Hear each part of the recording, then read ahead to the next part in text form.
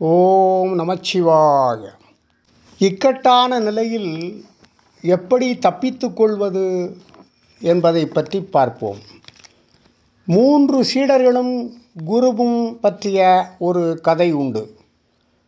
3 சீடர்கள் ஒரு குருவிடம் உபதேசங்களை கற்று முடித்து காட்டு வழியாக ஊருக்கு திரும்பிக் கொண்டிருந்தார்கள்.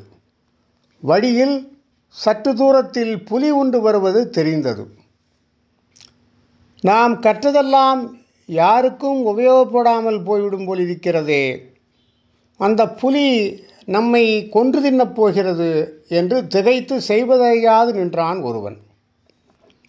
நாம் தரையில் படுத்து கண்களை மூடிக்கொண்டு கடவுளை நினைத்து கொண்டால் அவர் காப்பாற்றுவார் என்றபடி தரையில் படுத்து கொண்டான் இரண்டாமவன்.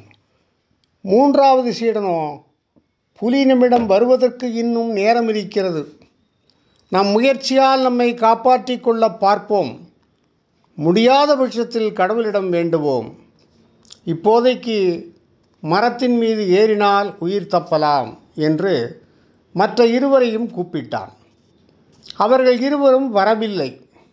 ஆகவே 3வது சீடன் மட்டும் மரத்தில் ஏறிக்கொண்டான். தன்னம்பிக்கை இல்லாமல் திகைத்து நின்றவனையும் மூட நம்பிக்கை வைத்தவனையும் புலி அடித்து கொன்றது. தன் முயற்சியில் தன்னம்பிக்கை வைத்த சீடன் தப்பித்து விட்டான். இதிலிருந்து நாம் என்ன தெரிந்து கொள்கிறோம்?